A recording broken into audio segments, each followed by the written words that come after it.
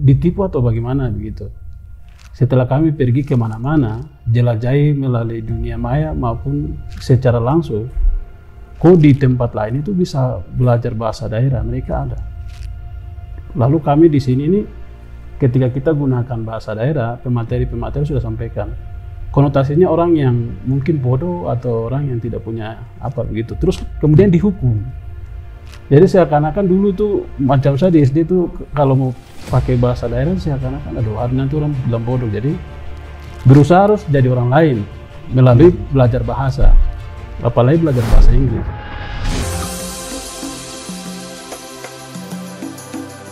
Halo pemirsa, jumpa lagi di podcast Metro Baliam. Kali ini saya akan podcast dengan Kakak Gasper Tabuni selaku sekretaris di kegiatan yang akan kita bahas kali ini. Terima kasih Kakak. Siap.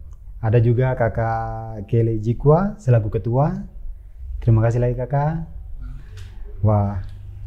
Jadi kali ini tema kita bagaimana menghidupkan kembali akar, memperdayakan dan masa depan, dengan bagaimana mendeklarasikan juga buku ya, buku bagaimana menghidupkan kembali bagi bahasa ibu untuk di Papua Pegunungan, seperti itu. Dan kegiatan ini dilakukan di mana juga dihadiri beberapa petinggi-petinggi seperti dari Dewan Adat Papua, ada juga dari MRP, ada dari Dewan Keagamaan juga. Kita langsung saja untuk kegiatan ini sendiri bagaimana sampai akhirnya bisa dilakukan di saat ini. Saya mungkin ke ketua dulu.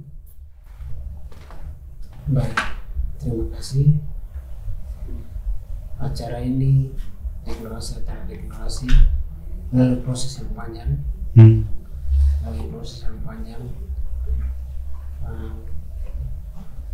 Hampir sekitar 13-15 tahun, dan ini puncaknya hari ini. Puncaknya kenapa? Karena ini satu peristiwa yang luar biasa yang terjadi di Bali secara khusus, tapi di Provinsi Papua Pegunungan. Dan sesuai dengan tema ini, tema yang sudah disiapkan, Reviving Roots, Empowering Future. Jadi mengembalikan semua tatanan kehidupan dengan banyak aspek dan salah satunya bahasa. Ya. Tapi dari semua itu puncaknya ada di bahasa. Karena dari bahasa dia bisa menciptakan yang baik dan yang buruk juga. Sehingga hari ini memang hari yang bersejarah, akan tercatat untuk beberapa generasi yang akan datang. Karena itu pada kesempatan ini kami hanya dari panitia merasa bersyukur kepada Tuhan atas semua peristiwa yang terjadi pada hari ini. Ada hal-hal yang memang terjadi di luar dugaan. Artinya itu bukan negatif, tapi situasi, suasana yang terjadi. Kami merasa itu semua campur tangan dari semua pihak. Jadi mungkin sementara itu dari saya. Oke. Saya ke Kakak Gasper, seberapa pentingnya dilakukan deklarasi untuk saat ini? Baik, terima kasih untuk kesempatan di Metro Bali ya. Yang pertama kami bersyukur kepada Tuhan kami bisa melakukan kegiatan ini. Berikut kepada pemerintah yang dukung kami. Yang berikutnya lagi teman-teman yang memang kerja luar biasa untuk sampai di kegiatan ini bisa sukses. Yang berikut saya masuk di apa yang ditanyakan itu tidak lepas dari beberapa campur tangan yang saya sampaikan tadi. Dan ini tanya terkait penting ya. Iya. Penting. Seberapa penting deklarasi ini? Iya. Seberapa penting? Ya kalau tanya seberapa penting, penting sekali. Memang penting sekali. Jadi kita lakukan kegiatan ini bukan tiru orang lain, bukan cuplikan orang lain, Tapi memang kami lakukan dengan sadar dan memang sadar sekali. Sadar artinya, misalnya tema yang kami berikan, kami kembali ke akar ya. Akar itu kalau orang di sini bilang kembali ke Kunume, kembali ke Pilamu, kembali ke Honai itu. Nah, kami kembali ke sana. Memang kami percaya bahwa di sana ada kehidupan seperti itu. Dengan hanya dasar kami tumpuannya di sana, baru kami bisa hidup masa depan yang mungkin kami percaya bahwa akan hidup dan berdaya seperti itu. Jadi kalau pertanyaan seperti itu sangat sekali penting sekali. Ada buktinya banyak. Bahwa masa di modern begini ada generasi yang pikir ke belakang lagi ya, mungkin ada yang nanti berpikir seperti itu. Tapi kami punya bukti. Bukti salah satunya misalnya tentang pendidikan orang-orang tua yang dulu tahun 60-an 70-an dengan yang kami yang generasi 90-an ke atas dengan teknologi yang tinggi sekali seperti yang hari ini kita lakukan ini. Tapi hasil outputnya itu orang tua yang dulunya beda dengan kami yang generasi sekarang ini. Mereka punya dasarnya itu kembali ke akar ini. Pemerintah datang, Belanda dulu datang, negara ini hadir, gereja hadir.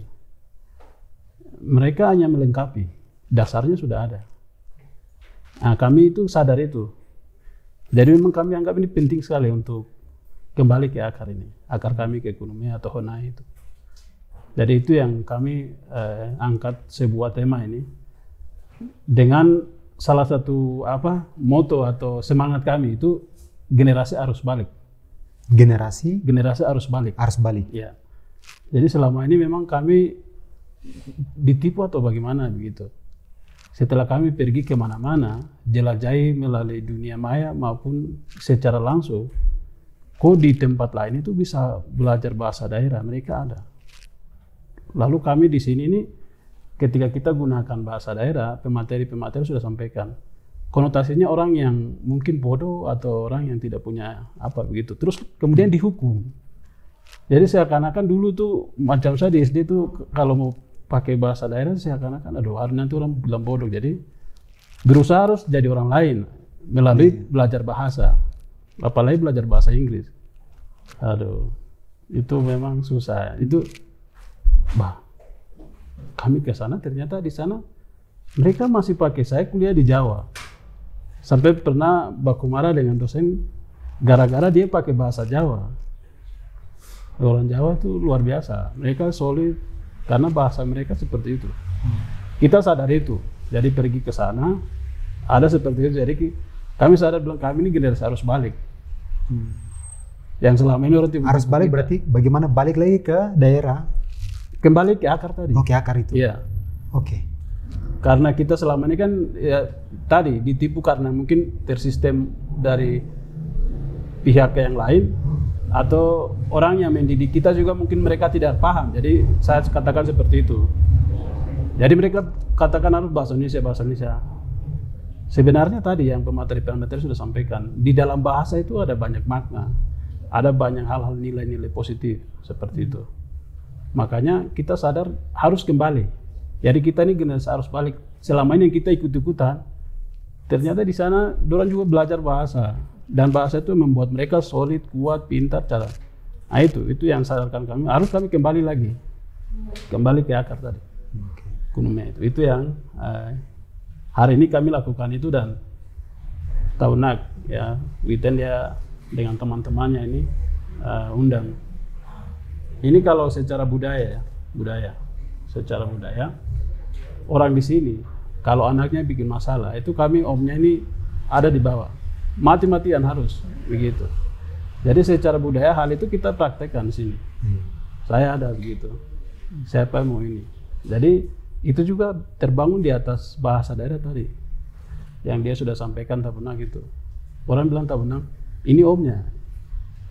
Jangan buat dia menangis sendiri atau terkucing sendiri. Omnya ada ini begitu. Dorang ini. Begitu. Saya susah juga nanti besok mereka yang dukung saya. Jadi kami anggap ini hal yang memang penting sekali untuk kita. Karena kita sudah sadar itu. Sudah balik begitu. Itu yang membuat kita hal ini memang penting. penting sekali seperti itu.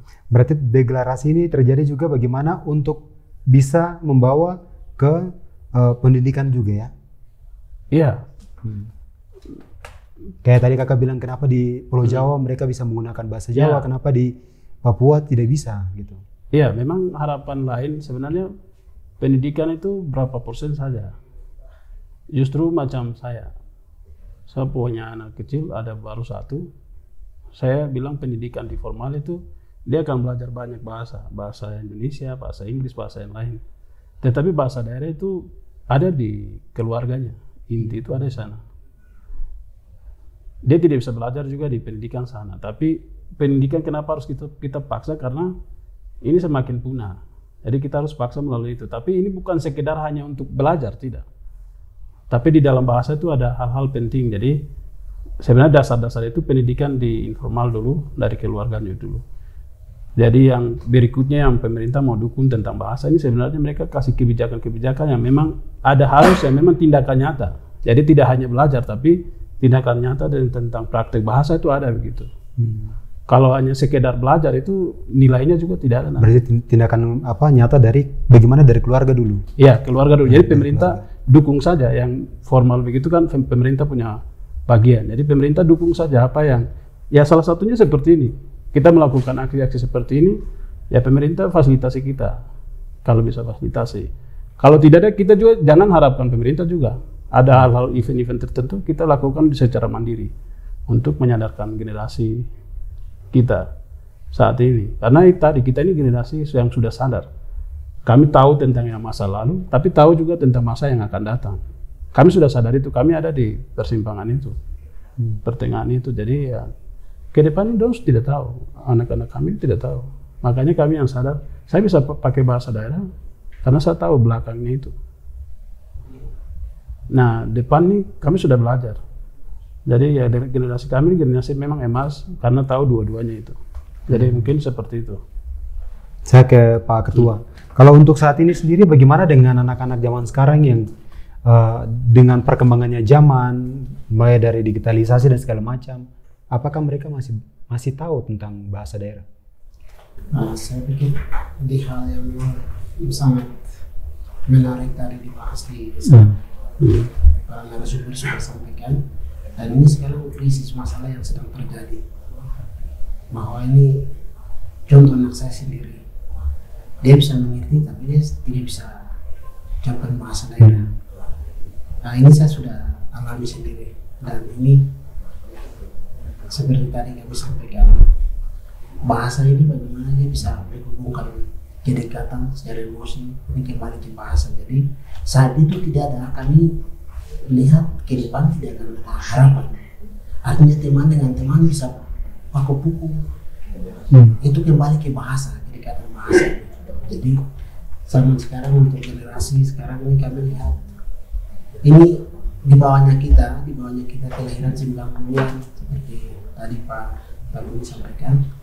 Ya, ada yang bisa mengerti tapi tidak bisa berbahasa bahasa daerah ini. Jadi ini sangat masalah sangat serius.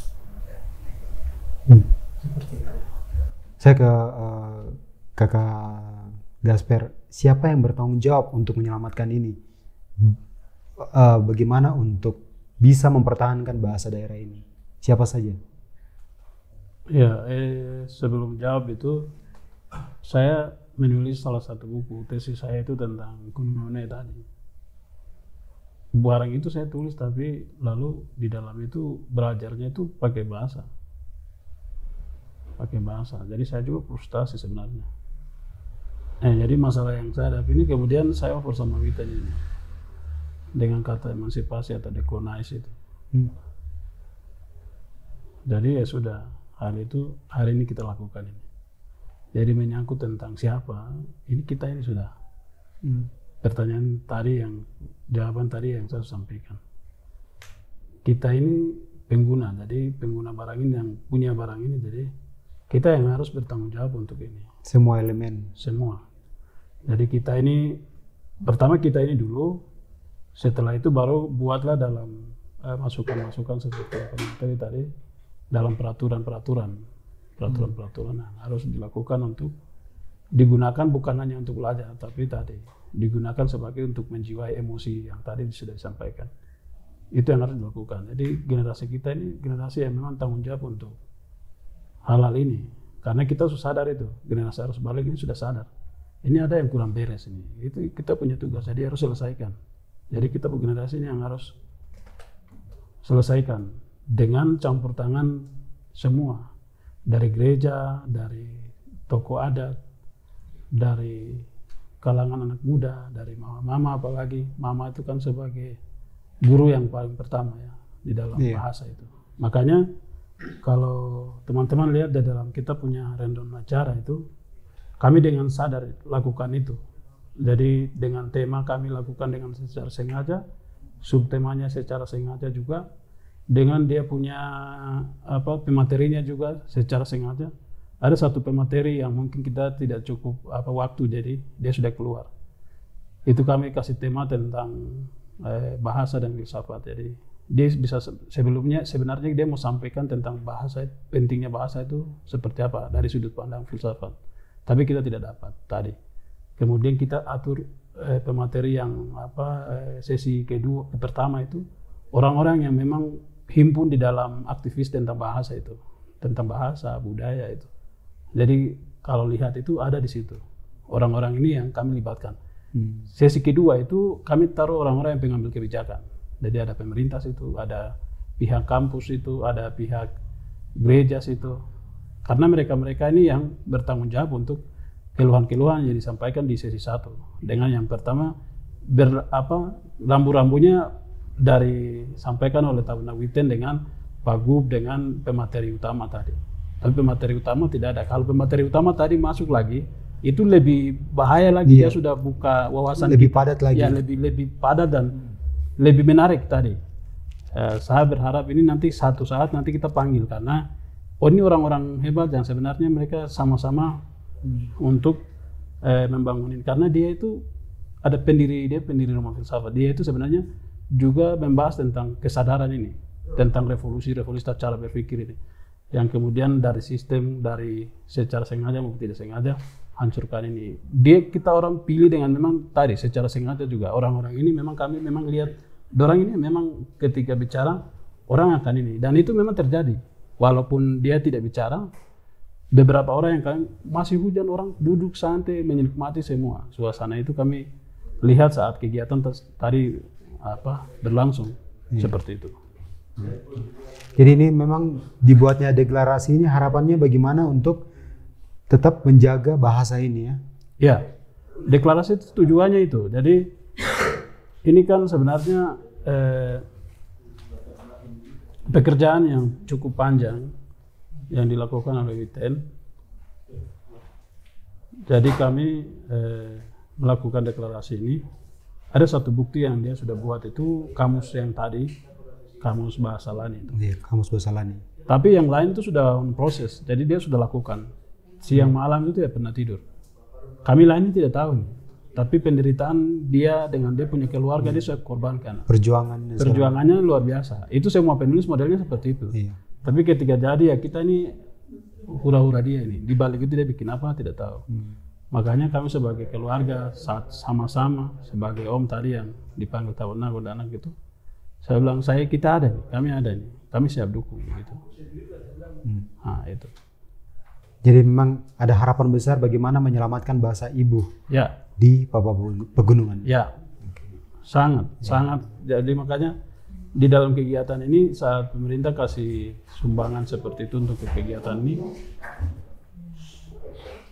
kemudian kami melengkapi beberapa alat-alat penting yang bisa digunakan dalam digitalisasi. Jadi sudah mulai kita mendigitalisasikan itu, kemudian digunakan.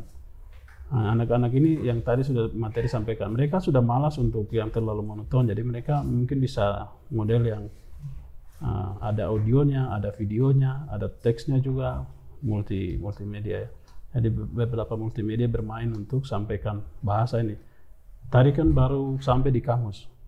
Nah harapan ke depan teman-teman di lembaga ini juga kami yang keluarga ini sama-sama dukung Witen, dukung bahasa ini, dukung kegiatan ini untuk itu melakukan dengan Oke, dalam bentuk Iya, audio, audio. teks atau bagaimana mereka bisa lebih Benar. cepat terangsang ya. Benar.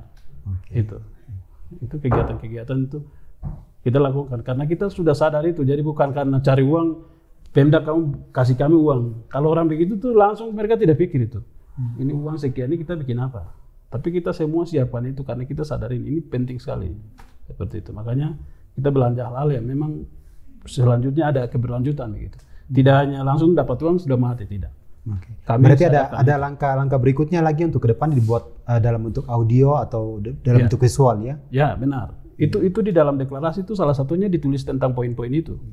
Ada kegiatan-kegiatan yang dilakukan. Jadi ada penandatanganan itu Pak Gubernur dengan beberapa yang sudah itu yang ditulis di dalam. Jadi ada kegiatan lanjutan. Makanya saya kasih tahu kepada teman-teman semua yang panitia ini, hari ini kita tidak bisa dari kegiatan ini dapat sesuatu. Jangan pikir itu.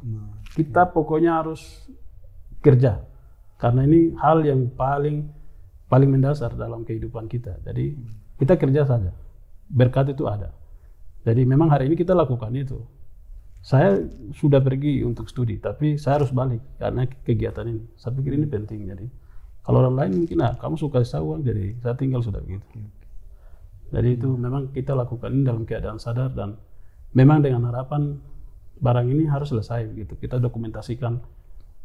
Sebagian sudah, jadi yang sebagian belum ini harus kita lakukan. Kita di Komitmen punya program yang bikin tulis nama-nama kali, nama-nama itu dengan bahasa-bahasa itu yang sudah asli ada itu.